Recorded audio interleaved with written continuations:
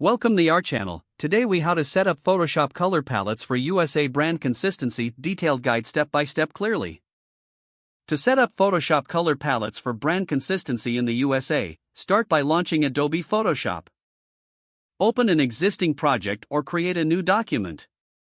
Navigate to the window menu at the top of the screen. Select swatches from the drop-down list to open the swatches panel. In the swatches panel, click on the three horizontal lines at the top right corner. Choose New Swatch from the options that appear. Enter the desired color values for your brand in the dialog box. You can input values in RGB, CMYK, or HEIX formats depending on your preference. Once done, click OK to save the new swatch.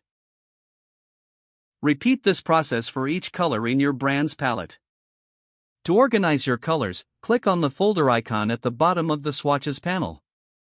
Name the new folder appropriately, like brand colors.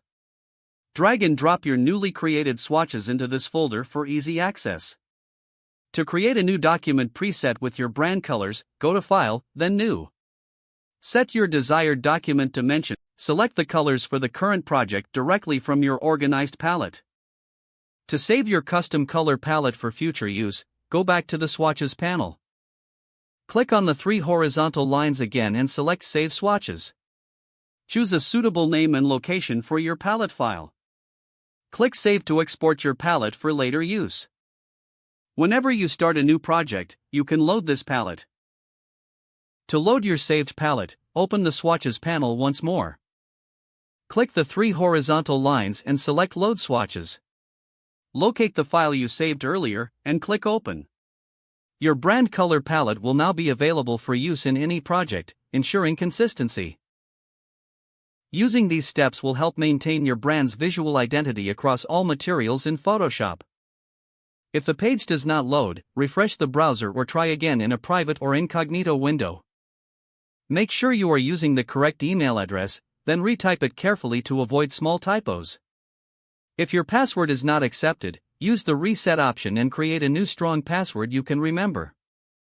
Check your spam folder for verification or security emails, then complete any requested confirmation steps. Enable two-factor authentication if available to improve account security and reduce unauthorized access risk.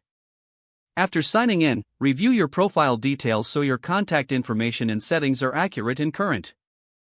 If you see an error message, note it down and try again after restarting your device and internet connection. Don't forget to like this video and subscribe to our channel for more step-by-step tech guides.